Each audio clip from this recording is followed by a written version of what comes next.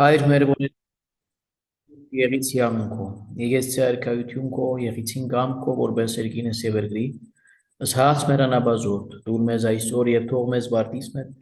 որպես եւ մեկ թողունք մերոց բարդաբանած եւ մի տանիրս մեզի փորձություն ալ բրգյազ մեզի չարե, զիքոյ արքայություն եւ զորություն եւ փառք հավիտյանս ամեն։ Սրբույ Աստվածամայր բարեխոսի ավասն մեր, աթոր իմաստության աղոթի ավասն մեր, մայր բարի խորհրդո աղոթի ավասն մեր։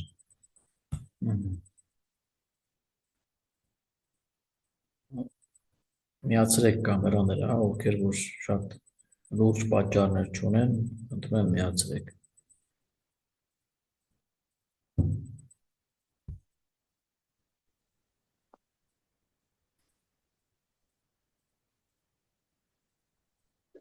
Բարև ձեզ։ Բարև ձեզ։ Լավ եք։ Լավ, դուք լավ եք։ Բարև Աստծո։ Այո, լավ եմ։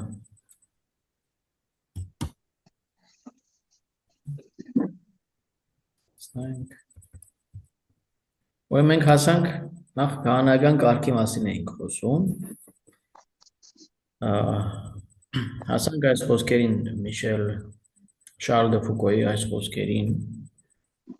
որ ասում է քահանան սուրբ հաղորդության ճաճանչի նման է, նրա դերը Հիսուսի տալն է։ Նա պետք է հետ քաշվի, որպեսզի միայն Հիսուսը երևա։ Ոչ թե անձը քահանայի, այլ Հիսուսի անձը պետք է երևա իր ծառայության միջոցով, նաև իր որպես քահանա իր ծառայության, իր կերպարի մեջ խոսեցինք այն մասին, որ դժվար է սա, բայց քահանայի առաքելությունն է։ Եկեք առաջ անցնենք, ով կարող է դառնալ քահանա։ Ինչ կարծիք եք։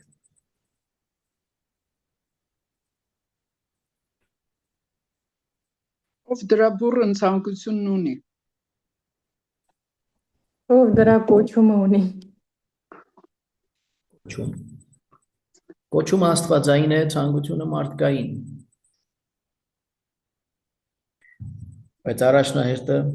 կոչումն է։ Գուցե Աստծո կողմից պիտի ընտրվի քահանան։ Բայց դե կյանքը այդպես չի ցույց տալիս։ Դե Աստծո գործը պիտի շարունակի, բայց երբեմն խաթարվում են։ Անշուշտ, կոչում երբ որ ասում ենք, մենք կանչը նկատի ունենք, Աստծո կողմից կանչը։ Հաճախ դժվար է սա հասկանալ քահանայի համար։ Այսինքն ոչ թե դժվար է, այլ հավատքով, ովքեր հավատքով ապրողի համար, ով որ ծառայում է, մտածում է Աստծուն ծառայելու մասին, այս կանչը կարող է զգալ Աստծո կանչը։ Եկեք մի հատ կարդանք սա։ Միայն Աստված կանչել է ծառայելու իրեն որպես քահանա եւ ձեռնադրված է ըստ եկեղեցու կարգի։ Ոչ թե նա ով ցանկություն ունի պարզապես, այլ անշուշտ ցանկությունը կարևոր է, դիտավորությունը կարևոր է մարդու, բայց առաջնային Աստծո կողմից կանչված լինելն է։ Աստված յուրաքանչյուր քահանայի համար իր ծրագիրն ունի։ Երբ Տերը մեկին կանչում է քահանայության, իր կոչումը զգացնել է տալիս նրա սրտում տարբեր ձևով։ Մեկը դա զգում է մանկուց, մյուսը երիտասարդ տարիներին, մեկն էլ ավելի ուշ որևէ այլ մասնագիտությամբ աշխատելու ընթացքում։ Տարբեր են այս կոչման հանգամանքները եւ ժամանակները ամեն մարդու կյանքում տարբեր են։ Երիտասարդ տարիներին մանուկ հասակում ընդհանրապես մեր ճեմարանի պատասխանատուները եւ մեր մեծավորները ավելի նախընտրում են, որ մի քիչ ավելի հասուն տարիքում այդ կոչումը երիտասարդի մոտ լինի, սա իհարկե Աստծուց է, այս մարդկային օրեր մենք ուզում ենք, որ ավելի գիտակից տարիքում այս ընտրությունը որոշումը կայացնեն երիտասարդները, որովհետեւ նաեւ փորձ ցույց տալիս, որ ովքեր որ շատ վաղ հասակում են մտնում ճեմարան, շատ հասուն չեն լինում նաև կյանքի ընթացքում քահանայության մեջ, որտեղ կյանքի որոշակի փորձառություն է պետք, որպեսզի ճիշտ որոշում կայացնի մարդ։ Փորձառություն, որը երբ որ գումարվում է Աստծո կողմից կանչված լինելուն, մարդուն օգնում է ճիշտ որոշում կայացնել։ Անշուշտ այս կոչումը կարող է շատ վաղ հասակից մեր սրբերը, շատ սրբեր ունենք, որ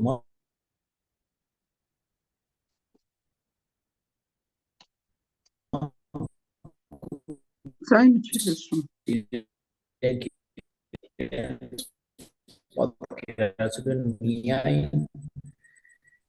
Սուրբ Սեղանի Տեր Հովսեփ չի լսվում։ Չի լսում ձայնը, հա։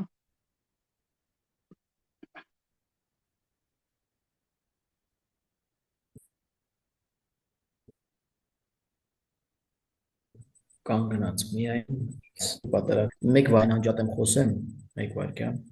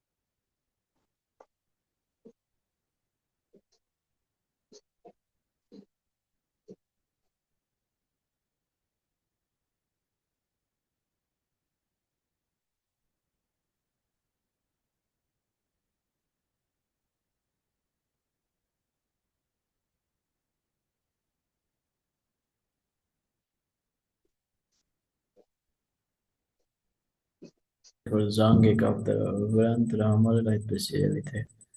ստացվեց։ Հիմա նորից share անեմ։ Լսում եք հիմա իմ ձայնը։ Այո։ Ներողություն եմ խնդրում։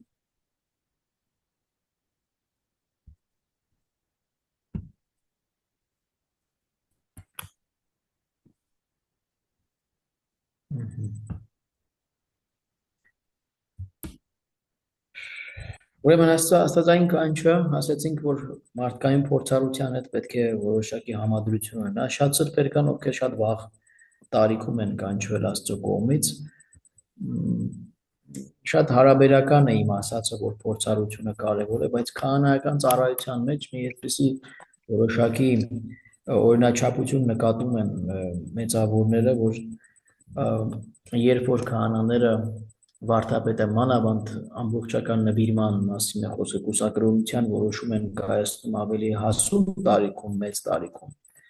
Նրանց քահանայական ծառայությունն որակապես ավելի լավն է լինում, քան թե նրանք, ովքեր մանկուց մտնում են ջեմարան եւ միայն դրա մասին են մտածում ուրիշների կարծիքով,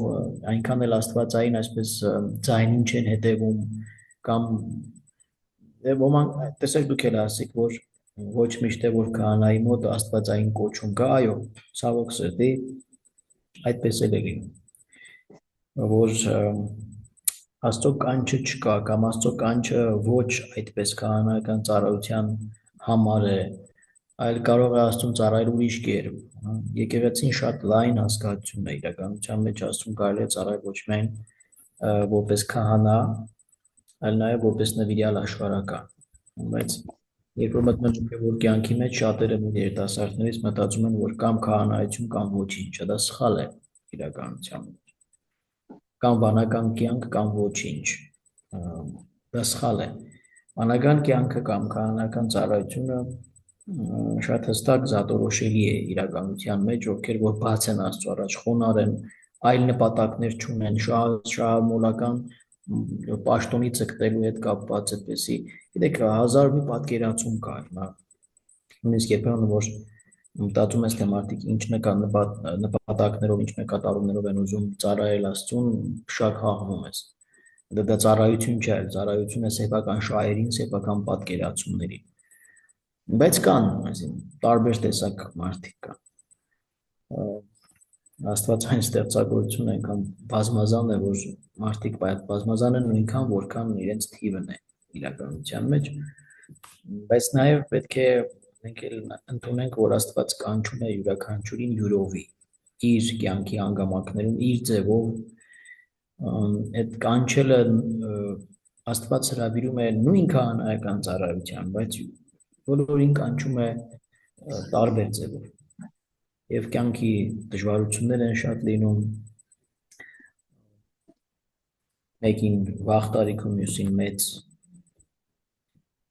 օրինակին պարագայում, այսպես սկիզբելով ձեզ հետ ասեմ, որ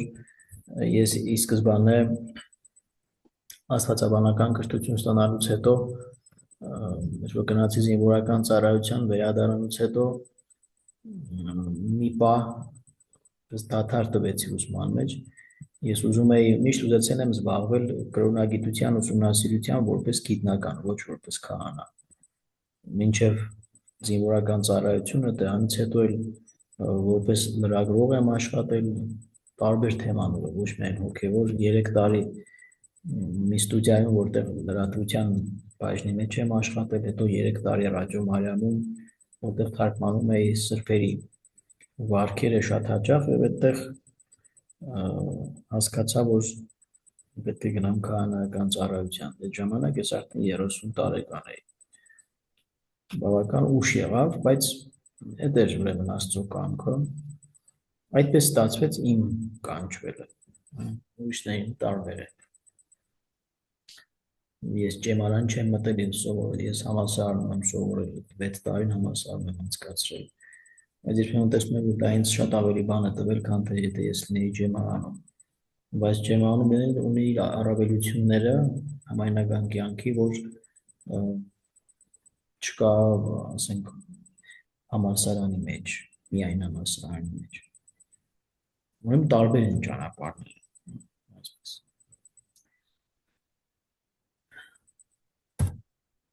Ով է սարկավագը։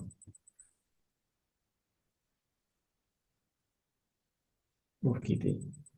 Ինչ ցածրաստիճան հոգևորական, չէ՞, ավելի ցածր, ամենացածր աստիճանը գուցե։ Հա, հոգևորականը ամենացածր աստիճանը, սարկավագ հետո քահանա։ Հա։ Սարկավագն էլ ստանում է ձեռնադրություն, բայց ոչ մերոնով նշան, մերոնով չէ, միայն ձեռքերն են դնում սարկավագի վրա։ Սարկավագը ընդհանրապես սարկավագները օգնում են եկեղեցական ծառայության մեջ քահանային եւ եպիսկոպոսին։ Դուք պատասխանային, ձեռնադրված հոգևորականը, ով օգնում է քահանային, սարկավագը ինչ կարող է անել, ծառայել եկեղեցական աղոթքների ժամանակ, ասենք ժամերգություն, պատարագ, բայց պատարագ մատուցել իրավունք չունի։ Կարող է թաղման արարողություն օրինակ իրականացնել, դա թաղումը, դա սուրբ խորհուրդներից մեկը չէ եկեղեցու, 7 խորհուրդներից մեկը չէ, բայց 7 խորհուրդներից որևէ մեկը չի կարող անել, մկրտություն կարող է անել, եթե եպիսկոպոսը թույլ տա, բայց մեր հայ եկեղեցում դա չկա, գոնե հայ կաթոլիկ եկեղեցում այդպիսի թույլտվություն չկա, արևմուտքում, որտեղ որ օրինակ Միացյալ Նահանգներում կա շատ մեծ թվով մնայուն սարկավագներ, այսպես են կոչվում, ամբողջ կյանքում սարկավագ են, դեռ ամուսնանում են, կաթողիկե լատին արևմտյան ծեսում ամուսնացյալ քահանայություն գոյություն չունի, միայն բոլորը կուսակրոն են։ Արևելյան կաթողիկե եկեղեցիներում, հայ եկեղեցում, հույն եկեղեցում, մարոնիտ եկեղեցում, քաղդեական կաթողիկե եկեղեցում, արևելյան, բայց կաթողիկե, որտեղ որ ավանդաբար հնուց ի վեր եղել է ամուսնացյալ քահանայությունը, այդ ավանդությունը պահում են կա, բայց արևմուտքում ամուսնացյալ քահանայություն հասկացություն գոյություն չունի։ Այնտեղ եթե անձը հոգևորական ուզում են ամուսնանալ, պետք է մնա ամբողջ կյանքում սարկավագ, դա կոչվում է մնայուն սարկավագություն։ Իրենց եպիսկոպոսները հատուկ արտոնություն են տալիս մկրտություն կատարելու, բայց միայն դա իրականության մեջ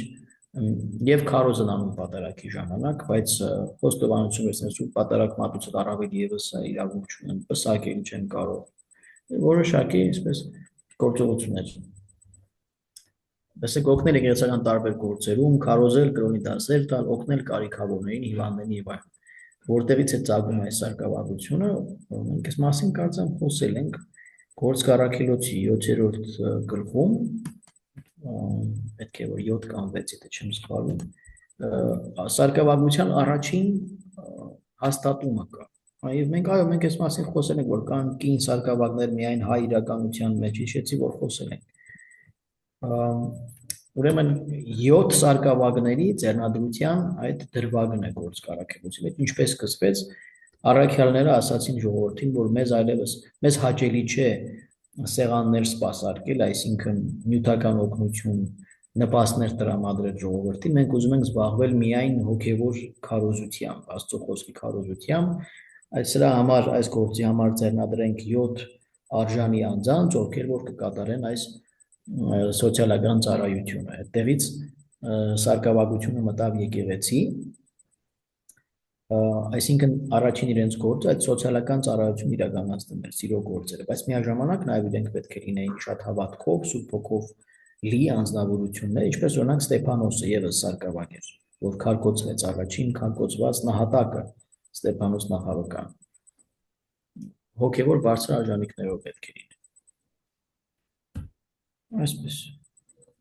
Ինչու եպիսկոպոսները եւ քահանաների մի մասը չեն ամուսնանում։ Հիմա կուսակրոնության մասին խոսենք։ Իրենք են ուղղ կապում, չէ, Աստծո հետ, իրենք են դա ընտրում։ Դա անշուշտ պարտադրելով չէ։ Իրենք են ընտրում, բայց դա էլ է կոչում։ Կա երկու տեսակի քահանայության, ոնց որ ասացի, կոչում, ամուսնացյալ եւ կուսակրոն։ Կուսակրոնները աբեղաներել են կոչվում, չէ՞։ Աբեղաներ են։ Աբեղա, վարդապետ եւ հետո եպիսկոպոս, ամուսնացյալները քահանայությունից ավելի վեր, այսինքն, ասենք բոլորն են քահանաներ։ Քահանայական կոչումը, քահանայական ծառայությունը վերաբերում է թե ամուսնացյալին, թե կուսակրոնին, բայց եկեղեցական աստիճաններով, այսինքն վարչական գործառույթներ ստանձնելու, եպիսկոպոս լինելու իրավունք ունեն միայն կուսակրոնները, բոլոր տեղերում, թե արևմուտքում, թե արևելքում։ Ովքեր ամուսնացյալ են, կմնան որպես տերհայր են ասում, տերհայր, քահանայական։ Աշխատանքը կարող են շատ լայնածավալ, կարող են վստահել շատ կարևոր պաշտոններ ամուսնացյալ քահանաներին, բայց աստիճան ավակ քահանաներ են դառնում, չէ՞, քահանաները հետո ավակ քահան։ Այդ ավակ քահանան ընդհանրապես բան է, տիտղոս է, պաշտոն չէ։ Իսկ դրանից դասընթացը վերջանալու։ Իսկ կուսակրոնները, այսինքն աբեղա եւ վարդապետ, իրենք աստիճաններով կարող են բարձրանալ։ Ուրեմն աշխատանքը եւ ծառայությունը ծավալը դրա հետ կապ չունի ուզում ասել, այլ այս պատասխանատու մի խոսքով եպիսկոպոս չեն կարող այդպես ասել։ Հիմա մենք մեր թեմում օրինակ քահանաները, որ քանի որ քիչ են բոլորը քահանա վարդապետ, մենք բոլորս գրեթե նույն բանն ենք անում, այսինքն ժողովրդին ծառայելը, հոգևոր հովությունը, ժողովրդապետությունը, մեր կուսակրոններն էլ քիչ են, ամուսնացյալներն ավելի շատ են, կուսակրությունը գնալով ավելի քչանում է կուսակրոն հոգևորականների թիվը, որտեղ դա շատ սպეციფიկ կոչում է, այսինքն ամեն մարդ չէ, որ այդ կոչումը ունի եւ գնում է այդ ճանապարհով։ Իսկ առաքելական եկեղեցում կուսակրոն քահանաները ընդհանրապես հովական աշխատանքով չեն զբաղվում, այսինքն ժողովրդի հետ չեն աշխատում։ Երբ որ եպիսկոպոս դառնում են, այո, սկսում են ղեկավարել ամբողջ թեմը մյուս քահանաներին, բայց մինչ այդ իրենք միայն վարչական աշխատանքներ են իրականացնում, ժողովրդի հետ աշխատող անմիջական ամուսնացյալ քահանաներն են, միայն։ Դա առաքելական եկեղեցում, մեր մոտ ոչ։ Ուրեմն ինչու չեն ամուսնանում։ Նրանք ուզում են ապրել Հիսուսի նման եւ ամբողջապես նվիրվել Աստծուն։ Ընտանիք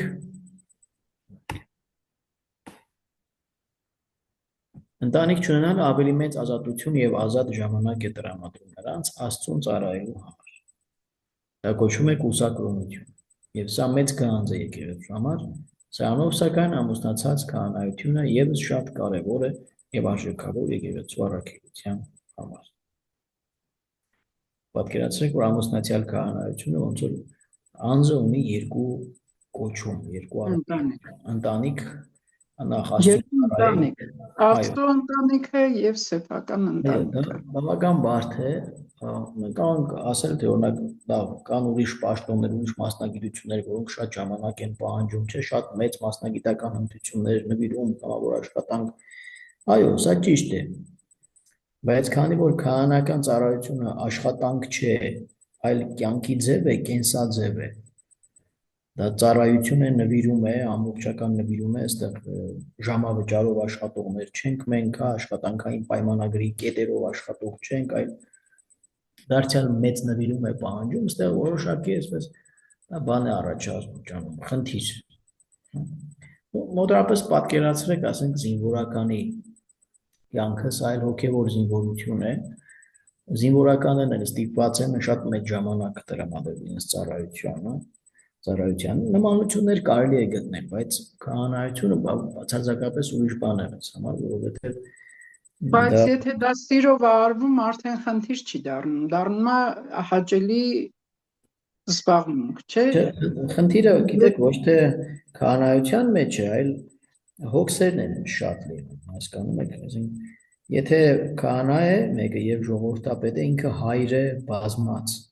շատերի հայրն է, միաժամանակ նաեւ կենսաբանական իր զավակների հայրն է եւ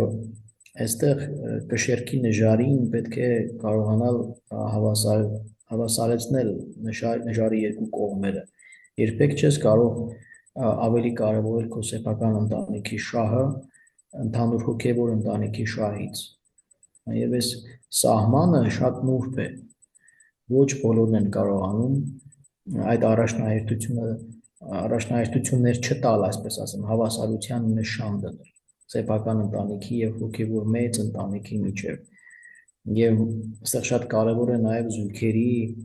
այսինքն քահանայի եւ քահանայի կնոջ իրից կնոջ պատկերացումը, որ պետք է գոնե 90%-ով պետք է համընկնի ի սկզբանե մինչև ձեռնադրությունը։ Եթե չի համընկնում, կանայք միշտ սկսում են ձգել դեպի իրենց, դեպի ընտանիքի շահը, ընտանիքի հանգիստը, ընտանիքի ապահովությունը, իրենք չեն հասկանում, թե ինչ է քահանայություն։ Իրենք չունեն ձեռնադրություն, իրենք չունեն նվիրում, սա է, որ նաև ընդունելի չէ արևմտյան տիպի մտածողության համար, որ միայն կուսակրոնությունն է ընտրում, մտածելով, որ քահանան պետք է ամբողջությամբ 100%-ով նվիրվի Աստծուն։ Այն հարց է, որ սա տեսականորեն է այդպես, գործնականում բոլորը չէ, որ հաջողվում են այս դաշտում, հասկանում եք, բայց տեսականորեն եւ դե յուրե, այսինքն իրավական իմաստով, երբ որ մարդու ձեռքերը ազատ են, ընտանիքի հոգս չունի, ինքը կոչված է հոգալու միայն եկեղեցու կարիքների մասին։ Պողոս առաքյալն էլ նույնն է գրում, ասում է, որ ամուսնությունը լավ է, որ ամուսնացած է եւ Աստծուց կանչված է իր հանգամանքի մեջ, այդպես թող շարունակի, բայց ովքեր որ ամուսնացած չեն, ասում է ավելի լավ է ինձ նման լինեք։ Ինքը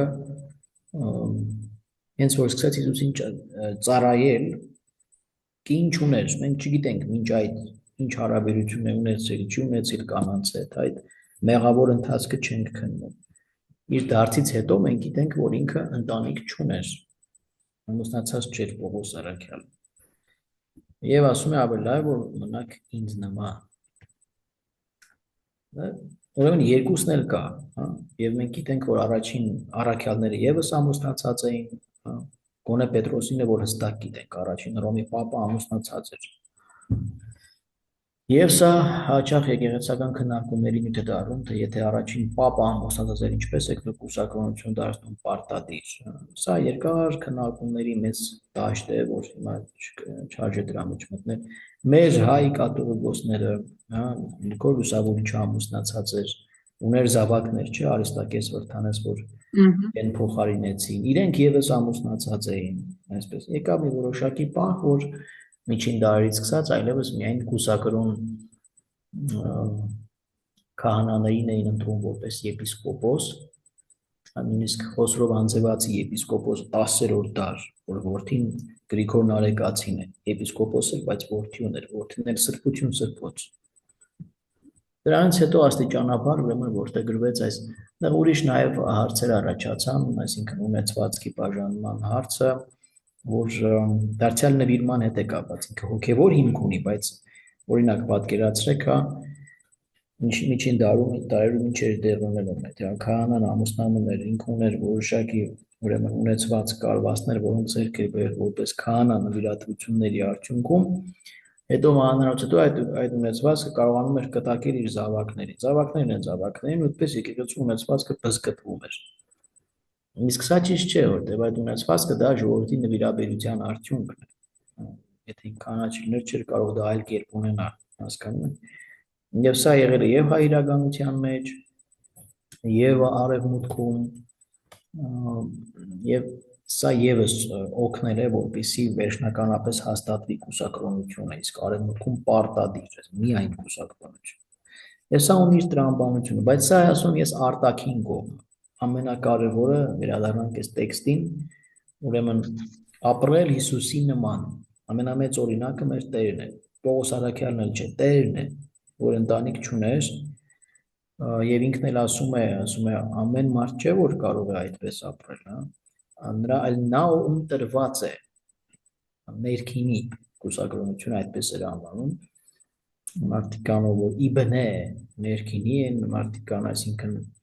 չեն ամուսնանում, դա կարող է նաեւ ֆիզիկական խնդիր, բայց դրա մասին չի խոսում Տերը, այլ ասում է որ տրված է որպես հոգևոր կոչում, որպես ծառայության ճանապարհ, ինչպես ինքը։ Ամենամեծ օրինակը մեզ համար մնում է Տերն ինքը, որպես կուսակրոնության, մենք էլ որպես ամուսնացյալ քահանաներ գնում ենք մի ճանապարհով, որ Հիսուսի նմանության մի ճանապարհ է, յուրաքանչյուր քահանա, անկախ նրանից ամուսնացյալ է թե կուսակրոն, ինքը կոչված է աշխարհում ներկայացնելու Տիրոջ դեմքը, ինչպես որ Շարլ դը Ֆուկոն է ասում, Ֆուկոն։ Այնուամենայնիվ միշտ կա մի բան, որ մեզ օրինակ ինձ, մի բան, որ միշտ ինձ պակաս է թվում իմ մեջ։ Դա ոչ թե կատարելություն է, ոչ թե սրբություն է, այլ այդ նվիրման ամբողջականությունը։ Հասկանում եք։ Ես իմ ժամանակի 100%-ը, ну չեմ ասում, չէ, 100 ճիշտ չի մի ասել, դեռ ընտանիքը միշտ ժամանակ տանում է։ Աստված ուզում է իմ մեջ տեսնել եւ լավ հայր կենսաբանորեն եւ լավ հայր հոգեվոր իմաստով։ Բայց այնուամենայնիվ ասում է, ով որ իր որդուն կամ դստեր ինձանից ավելի է սիրում, ինձ արժանի չէ։ Ասեք ինչ խոսքեր է ասում Տերը։ Այո, եւ սա միշտ անհանգիստ վիճակ է ստեղծում ամուսնացյալ քահանայի մոտ։ Միշտ։ Պետք է կարողանանք ճիշտ բալանսավորել, բայց քանի որ Տիրոջ ծառայության մեջ չկա չափ, չկա հավասարակշռություն, չկա ոսկե միջին, պետք է միշտ ցկտես անել 100%։ Չափման միավորել չկա։ Դե հենց դա է, որտեղ սերը չունի չափ։ Սիրում ես, ուզում ես անչափ սիրել եւ Աստծուն եւ ընտանիքին, բայց փառք Աստծո, որ ընտանիքը մամոնա չէ, մամոնա չէ։ Բայց նաեւ միտեղ էս միտքն էլ կա, չէ, եթե դուք չեք սիրում ձեր ծնողներին, որոնց տեսնում եք, ինչպես կարող եք սիրել Աստծուն, որ ինչ եք տեսնում։ Այսինքն մեր սերը ավելի շատ մենք տալիս ենք հենց մեզ համար ծանոթ, ճանաչելի, մեր տեսած Դա մեղք չի։ Չէ, ես ընդհանրապես մեղքի մասին չխոսեցի։ Չէ, ես մտածեցի, որ դա Աստծո դեմ չի, էլի, եթե մենք սիրում ենք մեր երեխաներին, մեր ընտանիքը, չէ՞ որ Աստված էլ էր սեր, Աստված էլ սիրում է իր մեծ ընտանիքը բոլորիս։ Անշուշտ, բայց հիմա ես այսպես ընդհանուր խոսեցի, բայց կյանքի փորձառությամբ լինում են պահեր, լինում են դեպքեր, երբ որ դու պետք է քո քահանայական ծառայությունից կտրես մի որոշ ժամանակ եւ նվիրես ընտանիքիդ, որը եւ հաճելի է։ Որը նորմալ է։ Այո, ձեզ համար կյանքի ապրող մարդու համար նորմալ է, չէ՞ դա։ Բան չասեցի։ Դուք չեք կարող ընտանիքի համար վատ հայր լինել եւ լավ հոգեվորական, չի լինի դա։ Ոչ էլ ուսուցիչը կարող է վատ ուսուցիչ եւ, չգիտեմ, վատ ծնողը չի կարող լավ ուսուցիչ լինել։ Նման է քահանայություն ուսուցչությանը, կարծում եմ։ Քահանայության մեջ բաներ կա, որ չես կարող հետաձգել, բայց ուսուցչի աշխատանքի մեջ դերևս մի քիչ ավելի այդ հնարավորությունները շատ են։ Լավ, եկեք անցնենք առաջ։ Ովքեր են վանականներն ու միանձնուհիները։ Հիմա անցնենք վանական կյանքին։ Ուրեմն Քահանաները կարող են լինել վանականներ եւ ոչ։ Վանական կյանքը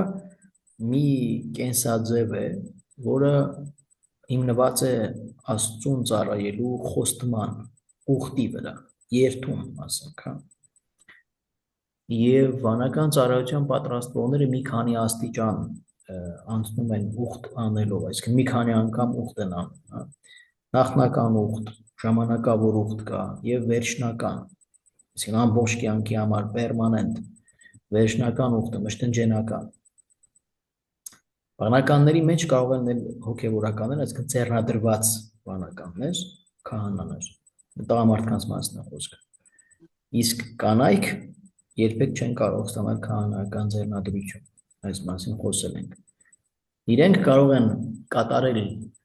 եւ կոչված են, եթե վանական են, կատարելու իրենց ծառայությունը ամբողջական ձևով որպես միանձնուհի։ Կարող են լինել, եթե մտածում եք այս բանի պաշտոնի մասին, հա, կարող են լինել ենթադրենք մեծավոր միաբանության, կարող են լինել հսկայական աշխատանք, որը միշտ ունեն սովորաբար։ Ոչ բոլորը անշուշտ, բայց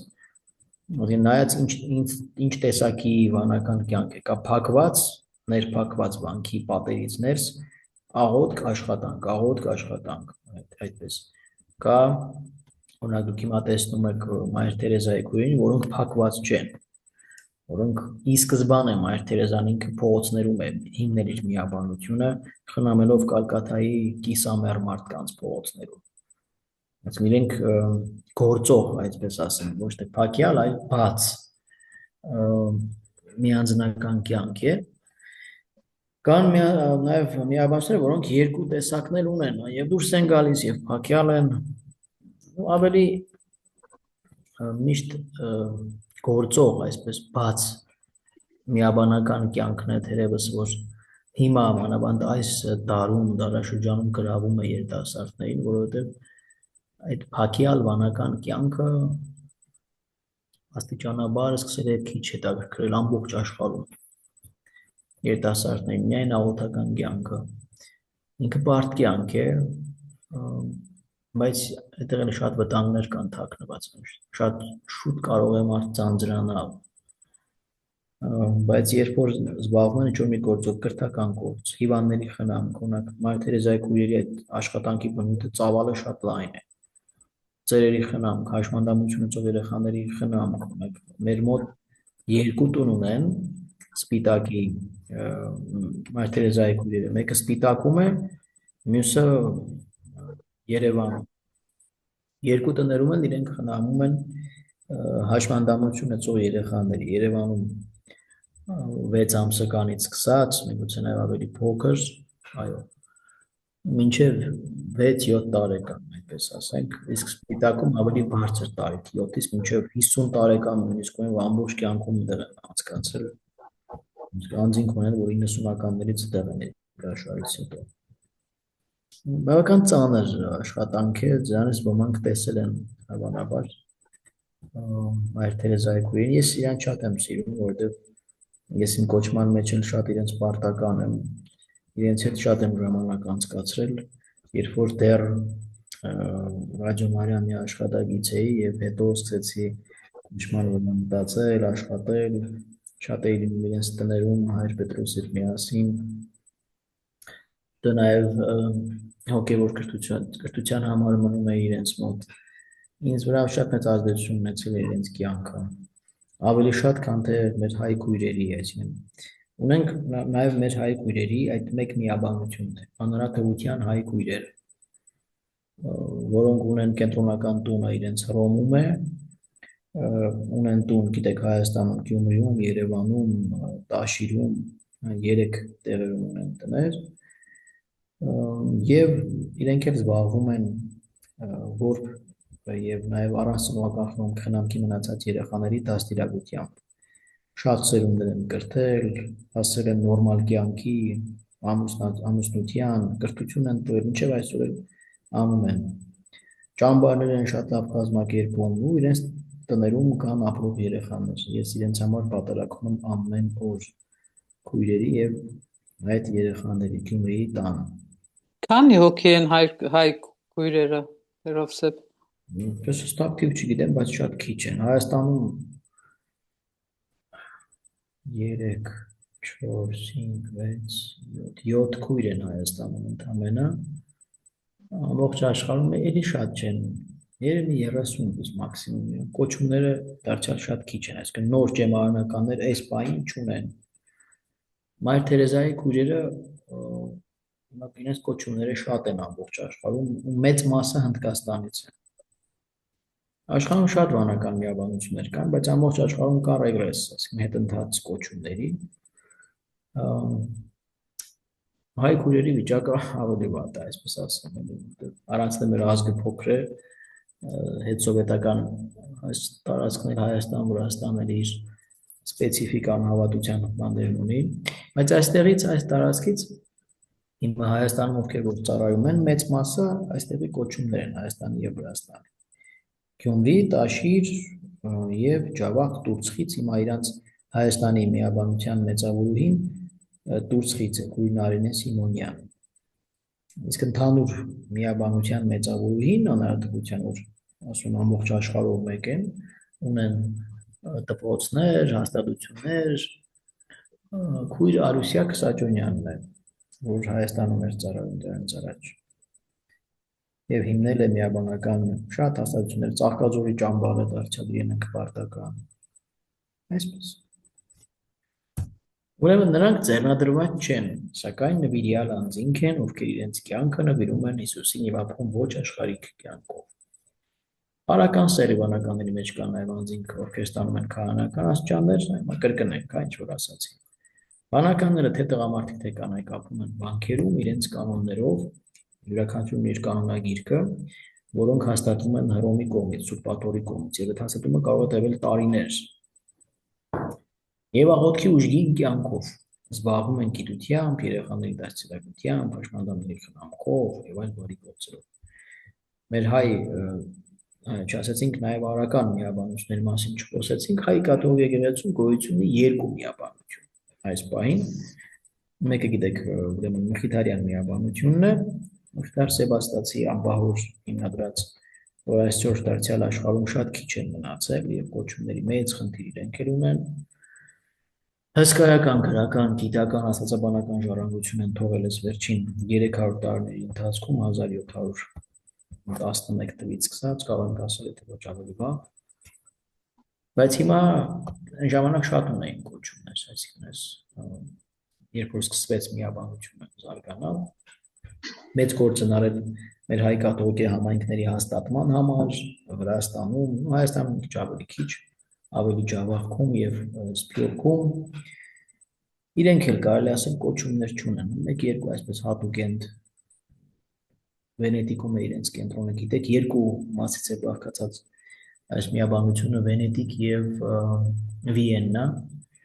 Վիեննայում էլ հսկայական մի գրադարան ունեն, հսկայական պատմություն ունեցող մի կենտրոն է։ Երկու ճյուղ են բաժանվել, դա մեր հայ ժողովրդին հատուկ է, չէ՞, բաժանվել անընդհատ։ Փոքրիկ միաբանություն է, բայց երկու ճյուղի բաժանված։ Մյուս միաբանությունը Զմարյան միաբանությունն է, որին պատկանում են մեր հոգևորականների, այսինքն Սփյուռքի հոգևորականների մեծամասնությունը։ Եվ մեր կաթողիկոս պատրիարքն էլ Ռաֆայել Պետրոս Մինասյան եւ Զմարյան միաբան։ Զմարյանը նաև մեր արքիեպիսկոպոսը, մեր նորանշանակ թեմի առաջնորդը Գևորգ Նորատունկյանը եւս Զմարյան միաբան է։ Այս երկու միաբանություններն են։ Զմարյան միաբանությունը սերում է Արձիվյան առաջին կաթողիկոսից Աբրահամ Արձիվյան, որը 1742-49 թվականներին երբ հիմնադրվում էր Անտորը կաթողիկի առաջնորդության, գիտեք, պատմությունը մենք մի քիչ ուսումնասիրել ենք այս նախանցած տարիներին։ Ինքը հիմնադրեց եւ հիմա ունենք այս մեկը, այս կաթողիկոսը 21-րդ կաթողիկոս պատրիարքն է, հոգևոր տերը, որին հիշատակում ենք մեր պատարագների ժամանակ։ Այսպես, այս երկու միաբանություններ են, որ դարձյալ կոչումները Զմարյան վանքում են, մի քիչ ավելի են կոչումները, քան թե Մխիթարյան անշուշտ, բայց դարձյալ ընդհանուր առմամբ ընդհանուր թվով քիչ են։ Կարող են կանայք ևս դառնալ քահանաներ։ Այս մասին խոսում ենք, ոչ։ Ոչ մի անգամ չեմ եղել։ Ինչու՞։ Չգիտեմ։ Բայց խոսել ենք այս մասին։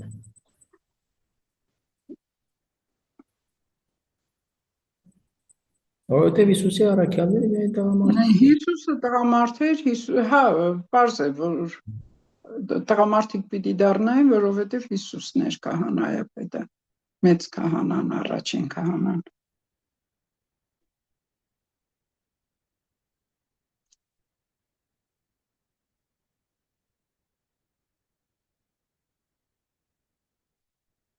Կան ժամանակ նորից պիտի ասեմ, որ ավետարանի մեջ էլ պատմությունների մեջ, նույնիսկ 5 կտակարանի մեջ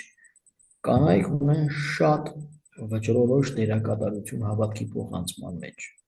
Նույնիսկ գրքեր ունեն կանանց անունով, Հուդիթ, Եստեր, նոր կտակարանը չխոսենք Աստվածամոր հիասքանչ մեծ կերպարի մասին, որ մեր հավատքի մայրն է։ Կանայք, գիտեք, ամբողջ եկեղեցին կանացի կերպարով է պատկերված, հարսը Քրիստոսի, պատկերացնում եք,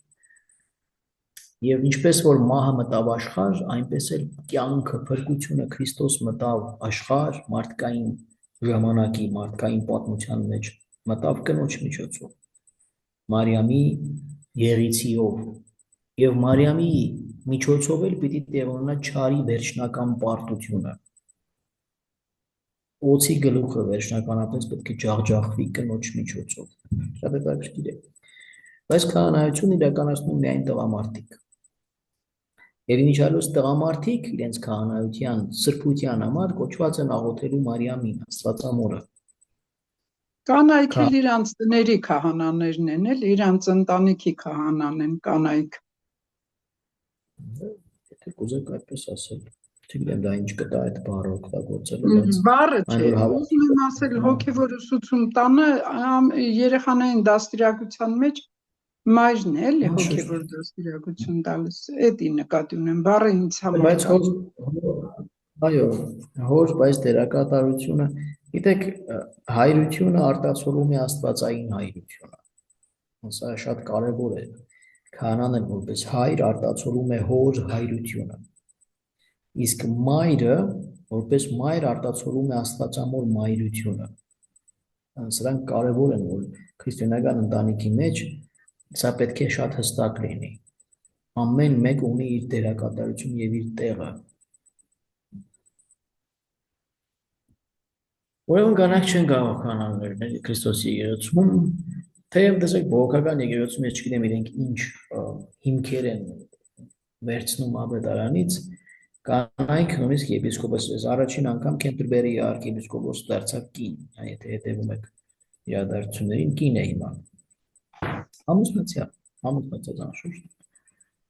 Հիսուսն իր համար առաքյալներ ընտրեց միայն տղամարդկանց, որոնց տվեց եկեղեցու սուրբ խորհուրդները կատարելու հանձնարարությունը և իրավունքը։ Բայց նա ուներ կին աշակերտներ, կանայք մեծ դեր ունեին նրա և եկեղեցու կյանքում։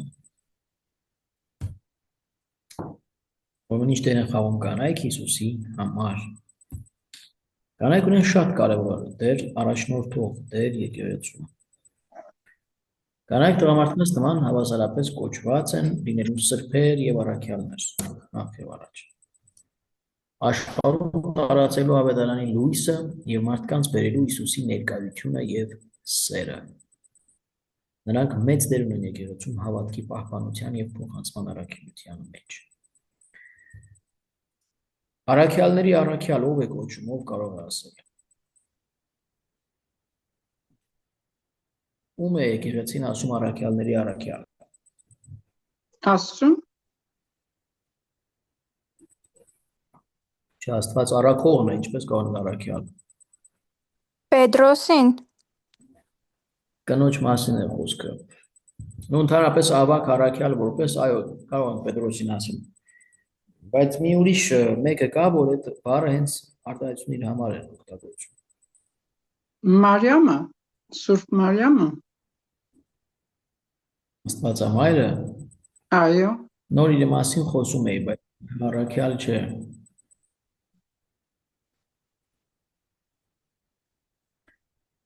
Հովհաննեսի Իմ ավետարանի հերախոսը անջատվեց, հարցը լավ չեմ իմացել, բայց մտածում եմ, որ դա երևի Մարիամ Մագդաղենացին է, որն առաջինը ապրեք, եթե ուզում գալ հասնել հաներավ Հովհաննեսի ավետարանի մեջ, Հարությանը, այո, Քրիստոսի Հարության մասին տարավ լուրը։ Հովհաննեսի ավետարանի մեջ ինքն է, որ առաջինը այդ լուրը Հարության տանում է աշակերտներին, ինքն է, որ տեսնում է դատարկ գերեզմանը, իր հետ երկխոսությունն է, որ մենք կարդում ենք, որ շատ հուզիչ է, դրա համար կոչվում է առաքյալների առաքյալ, այսինքն ինքը առաքվեց առաքյալների մոտ Հարության լուրը ավետելու համար։ Այս կինը, որից Հիսուս 7 դև էր հանել, այս մեղավոր կինը, որին դարեր շարունակ բոլորը մտածում են, որ ամենաանբարո կինն էր, դև դա չեն կարող հստակ ասել ավետարանի պատմություններով, բայց այն, որ 7 դև էր հանել, դա կա, եղոսքով այս կինը առաքյալների Որ առաքյալն է։ Քրիստոսի ոտքերը օծեց, հետո իր արցունքներով լվաց, չէ, որ Սուրբ Յուղով օծեց, իր մազերով սրբեց։ Տեսեք, զուգահեռները, այո, զուգահեռները օգնում են այդպես մտածել, բայց վստահ չեն մասնագետները, դա նույն Մարիամն է, թե ոչ։ Այնուամենայնիվ, միշտ եկեղեցին մտածել է, որ Մարիամ Մագդաղենացին շատ մեղավոր կին էր մինչև Հիսուսին հանդիպելը։ Այսպես, ուրեմն ինչեր կարող անել Աստծո շնորհը, ինչեր կարող է անել։ Յուրաքանչյուր կին, հնավանդ աշխարհական շարժումների մեջ, բոլորս կոչված են առաքյալներ, նագետ դուք կարդաք Մարիամի լեգիոնի պատմությունը, ես դրա մասին սիրում խոսել, որտեղ ունեմ մեր համայնքներում կան, աշխատում են, ես վերջերս էլ հրատարակեցինք մի քանի օր առաջ իրենց ձեռնարկը, այսինքն Մարիամի լեգիոնի ձեռնարկը հայերենով թարգմանությունը կատարեցինք, հրատարակեցինք, ամբողջ պատմությունը, թե ինչպես կանայք, ինչև այսօր կին առաքյալները Մարիամի լեգիոնականները, ինչպես ամբողջ աշխարհում տարածում են Քրիստոսի խոսքը ավետարանը, ինչպես են պայքարում դևերի դեմ, չարի դեմ։ Ինչ են ասում սրբերը, գեղեցիկ մի կին, սրբուի Թերեզա Հիսուս Մանկան, որ մահացավ 24 տարեկանում։ Գիտեք, իր մասին խոսել ենք, եւ իր գիրքը պետք է նաեւ ձեզ փորձենք տալ, չէ, խոսել ենք տամսի 13-ին, որ եկաք։ Ես ունեմ առաքյալների կոչումը։ Ես կուզենայի ավետարանը քարոզել միաժամանակ բոլոր 5 մայրցամաքներում։ Ես կլինեի մի առաքյալ ոչ թե միայն մի քանի տարի, այլև առաջավորության սկզբից մինչև աշխարհի վերջը։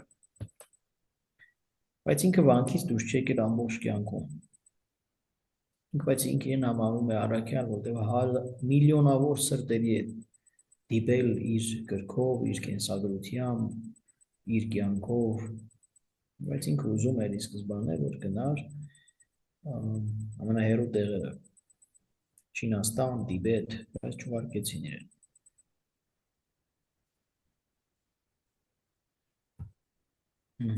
Սա է վերջացավ։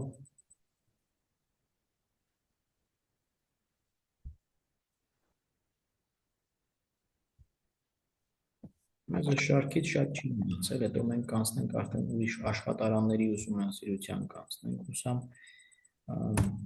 ամերիկյան մի կազմակերպության հետ խոսել եմ եւ մենք թարգմանում ենք իրենց աշխատարանները,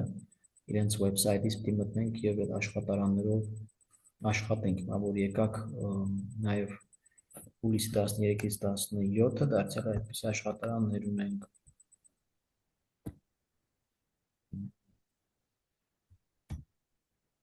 Ուրեմն պսակ կամ ամուսնություն։ Մենք 5 րոպե խոսենք 7-րդ ոլորտ։ Ինչ գեղեցիկ բան կա տղամարդու եւ կնոջ սիրո մեջ։ Փորձենք Հովսե Պետրանը ուրիշ է երևում։ Ինչ են ասում սրբերն է ցույց տալիս էլի։ Հա։ Ահա։ Լավ։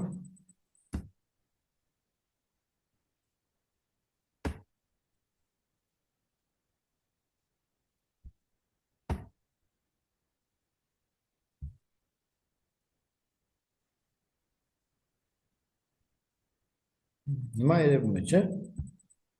Այո։ Ինչ գեղեցիկ բան կա տղամարդու եւ կնոջ սիրո մեջ։ Պարզ պատասխաններ տվեք։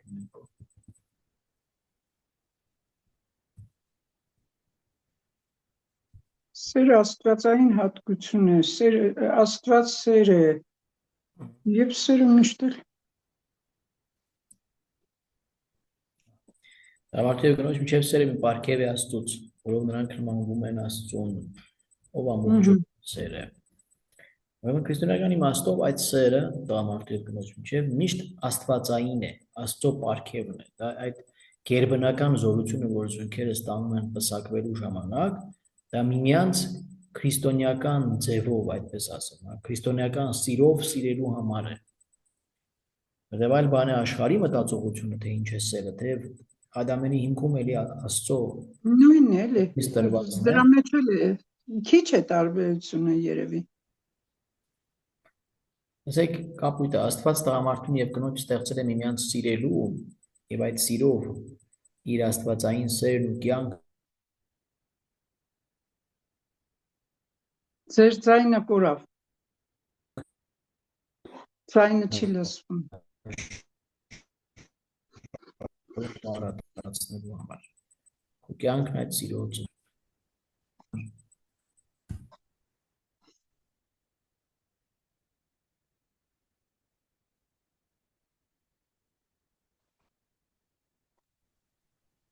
Հիմա լսվում է։ Նոր լսվեց։ Հիմա որ վրան հեռախոսի վրա զանգ է գալիս, չգիտեմ ինչու կտրվում է կապը ինտերնետի, եթե հեռախոսից եմ տարածում։ Լավ, ներողություն ամեն դեպքում, ուրեմն ինչն է տարբերությունը, տեսեք, գրված է ստեղծել Աստված տղամարդու եւ կնոջ իրար սիրելու եւ այդ սիրով իր աստվածային սերը աշխարհում առատացնելու համար։ Այդ սիրով մարդիկ նմանվում են Աստծուն։ Քրիստոնեական իմաստով զույգերը իրենց սիրով կոչված են աշխարհում արտացոլելու սուրբ երրորդության մեջ գոյություն ունեցող հավերժական սերը, հավիտենական սերը, կամ Քրիստոսի եւ եկեղեցու միջև գոյություն ունեցող սերը։ Այդ արտացոլանքը պիտի լինի, կամ այդ սիրո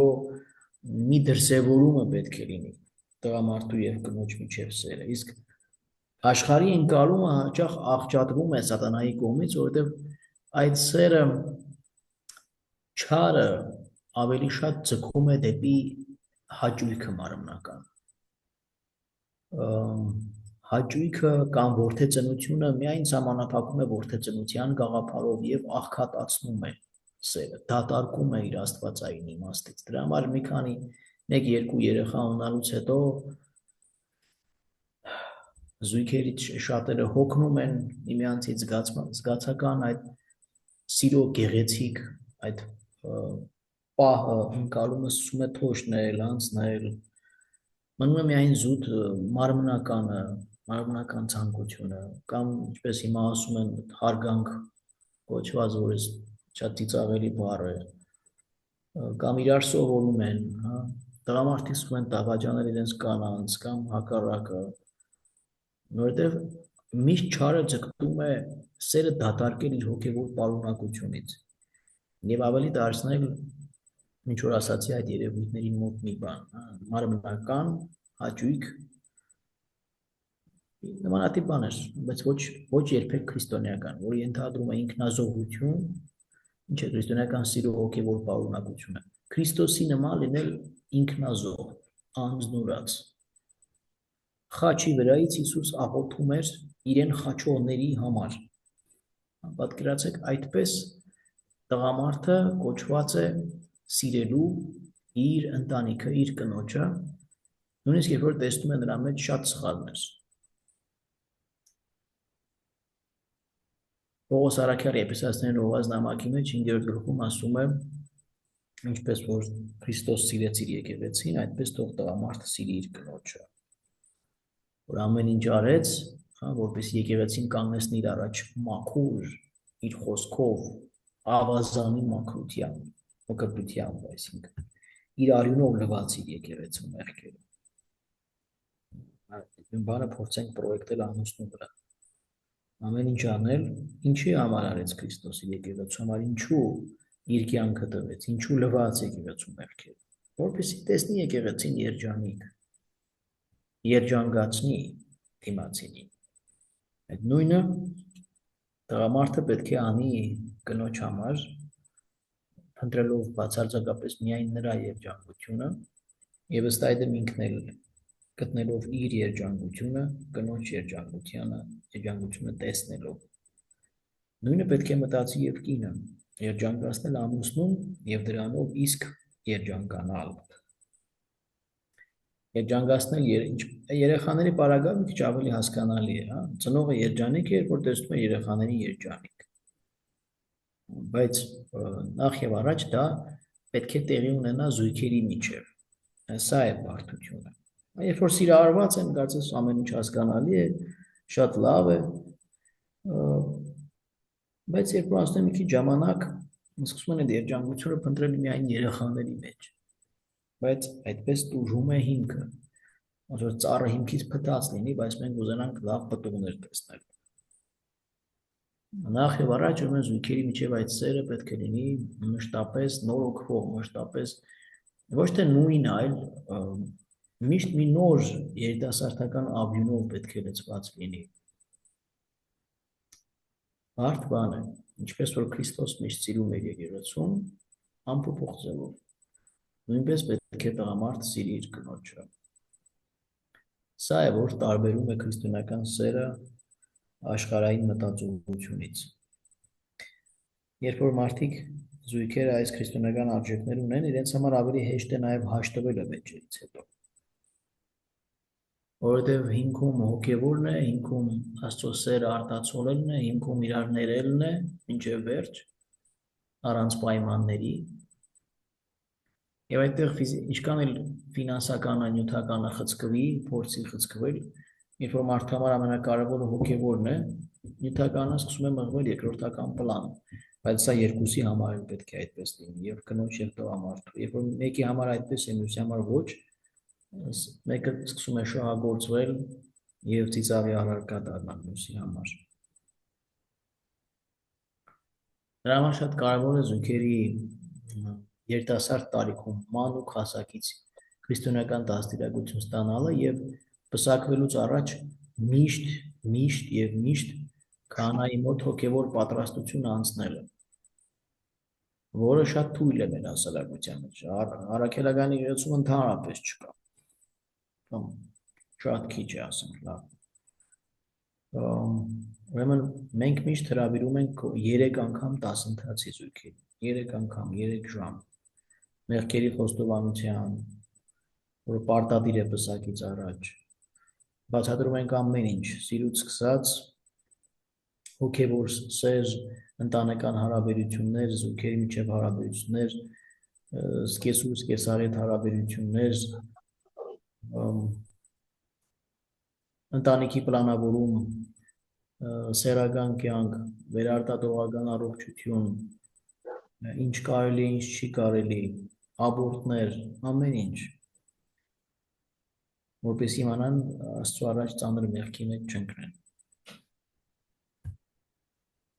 Մենք այս թեմաներով մի քիչ կարծեմ խոսել ենք, եթե չեմ սխալվում,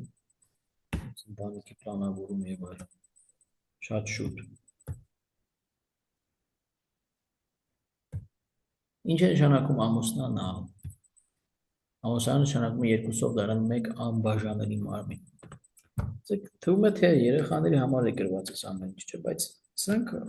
եկեղեցական վարդապետության ավելի հստակ մատչելի բառերով արտահայտված ձևեր են ընդհանրապես։ Ինչպես օրինակ կարող է սա բացատրել, դառնալ մեկ անբաժանելի մարմին։ Տղամարդն ու կինը որոշում են միասին ապրել մինչև իրենց կյանքի վերջը, թե վատ, թե լավ ժամանակներում։ Նրանք սիրում են միմյանց եւ չեն կարող ապրել առանց իրար։ Ըստ Աստծո խոսքի նրանք դառնում են մեկ մարմին, որը մարդը բաժանելու իրավունք չունի։ Առաջին հասկի շատ հեշտ է թվում։ Աստծո խոսքերն են Տիրոջ, Քրիստոսի խոսքերն են ասում են, ինչպես որ դրա համար ասում է տղամարդը պետք է Կնոջհամար թողնում է իր ընտանիքը, իր ծնողներին, չէ՞։ Եվ գնա այդ կնոջի հետևից եւ երկուսը պետք է դառնան մեկ մարմին եւ ինչ որ մարդը ինչ որ Աստված միացրեց մարդը չպետք է բաժանի։ Մեկ մարմինը դարձյալ գալիս է արտացոլելու սուրբ երրորդության միասնությունը, անձերի միասնությունը, որ հիմնված է սիրո վրա։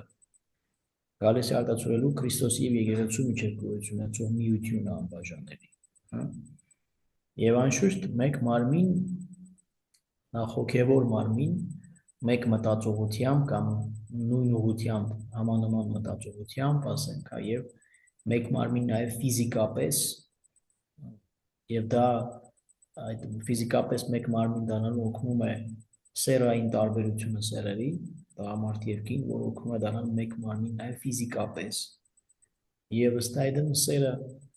նաեւ ունենում է մարմնական դրսևորում, մարմնական արտահայտություն, որի պտուղը դառնում է Աստծո մեկ այլ ստեղծագործություն, մի նոր կյանք, երեխայի կյանքը։ Կյանքը ստեղծողն Աստված է, բայց մարդու համագործակցությամբ,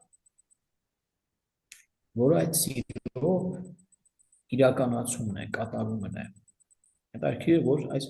հոգևոր իրողությունը, հոգևոր ճշմարտությունը, որ սերն է զույգերի միջև,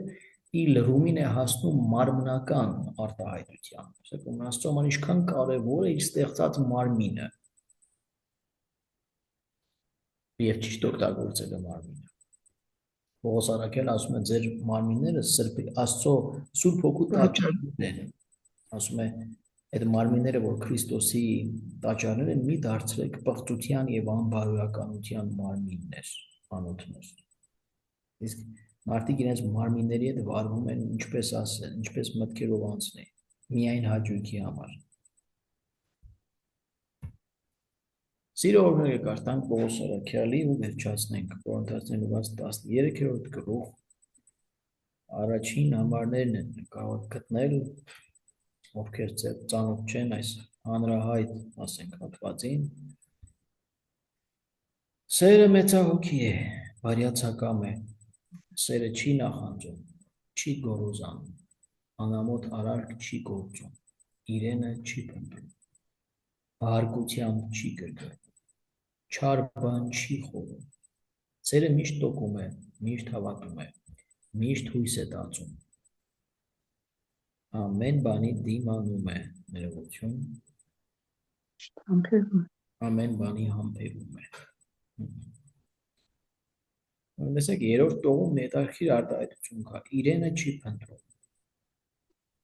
իրենը չի փնտրում, եսասիրության կատարյալ բացառում, ապրել միայն դիմացինի համար, ինչպես Քրիստոս ինքը, որպես մարդ։ Եկեք սրանով ավարտենք, արդեն եղավ 1 ժամ եւ ավելի։ Հրատապ հարցեր կան։ Տաճար ու եկեղեցու մեջ ինչ տարբերություն կա։ Եկեղեցին գիտեք, որ երկու իմաստ ունի, հոգևոր եւ քարե։ Այդ իմաստով քարե իմաստով եւ մարդկանց հավաք։ Այո, բայց դա եկեղեցին բառով ավելի ընդգրկում է այդ բառի իմաստով, քան թե տաճարը։ Տաճարը կարող է նաեւ հեթանոսական, բայց եկեղեցին չկարող է։ Չէ, ես նկատի ունեմ քրիստոնեականը, քրիստոնեական եկեղեցին եւ քրիստոնեական տաճարը։ Նույնն է, այդ իմաստով նույնն է։ Նույնն է, չէ՞։ Եկեղեցու հոգևոր իմաստը հանում ենք, նկատում ենք միայն քարե շինությունը, նույնն է։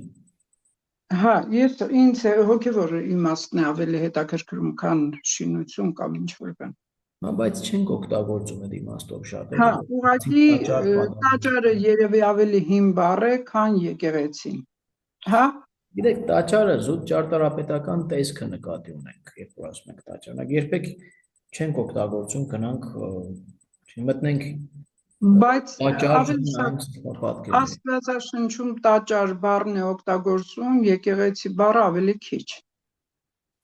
կտակարանում նոր։ Պողոս առաքյալը ասեց, դուք Սուրբ Հոգու տաճարներ եք։ Այո, տաճար բառը եկեղեցի չի ասում, ավելի շատ տաճար բառն է Ճիշտ է, օգտագործում, էլի։ ընդհանրապես եկեղեցի չի օգտագործում քարե շինության իմաստով, որովհետև այն ժամանակն ախտեր եկեղեցիները կառուցված չէին։ Հետո եկեղեցին քարե շինությունը իր իմաստը, իր անվանումը ստացավ հոգևոր եկեղեցուց։ Ես քարե շինությունը երկրորդ պլան մղեն, քարե շինությունը շատ չի կարևոր, եկեղեցին էլի որպես մարդկանց ամբողջություն, այդ իմաստով։ Հա, դե Պողոս Առաքյալը միայն այդ իմաստով է օգտագործում։ Այն ժամանակ եմ ասում, որ եկեղեցին երբեք ոչ մեկը չի օգտագործել առաքյալներից քարե շինության իմաստով, որտեղ դրանք պարզապես չկային։ Կար միայն ներողություն, կար միայն հոգևոր եկեղեցին։ Համայնքներին անվանում են եկեղեցիներ, որ բացեք հայտնության գիրքը դեռ կտեսնեք։ Հա, էկլեսիա բառը հունարեն հենց եկեղեցի այդ իմաստով է, եկեղեցին, որ նաև մարդկանց հավաք։ Այս թեման շատ ենք խոսել այս թեման։ Հա, հարցը դա չէր, ինձ հետաքրքրում է տաճարի ու եկեղեցու մեջ կա տարբերություն, թե ոչ, համարյա թե չկա, հոգևոր իմաստով չկա, էլի։ Քարե շինության իմաստով չկա, հոգևոր իմաստով կա։ Հոգևոր իմաստով ո՞րն է տարբերությունը։ Դե չենք օգտագործում հոգևոր իմաստով։ Հա, չենք օգտագործում բառը, այդ ուրիշ բան։ Լավ, եկեք վերջացնենք, հա։ Եկեք վերջացնենք։ Ողջույն քեզ Մարիամ, շնորհք Տերն քեզ, օրհնյալ ես դու կանայես եւ օրհնյալ է պտուղ որովայնի քո Հիսուս։ Սրբուհի Մարիամ, Մայր Աստուծո, բարեխոսի Աբասը մեր մեղավորացս այժմ եւ ժամու մահվան մերո։ Ամեն անգելու խաղությամբ եւ Տեր Եհովա Դամենեսյան։ Բարի գիշեր։ Բարի գիշեր։ Բարի գիշեր, շնորհակալություն։ Շնորհակալություն, բարի գիշեր։ Բարի գիշեր, շնորհակալություն։ Բարի գիշեր։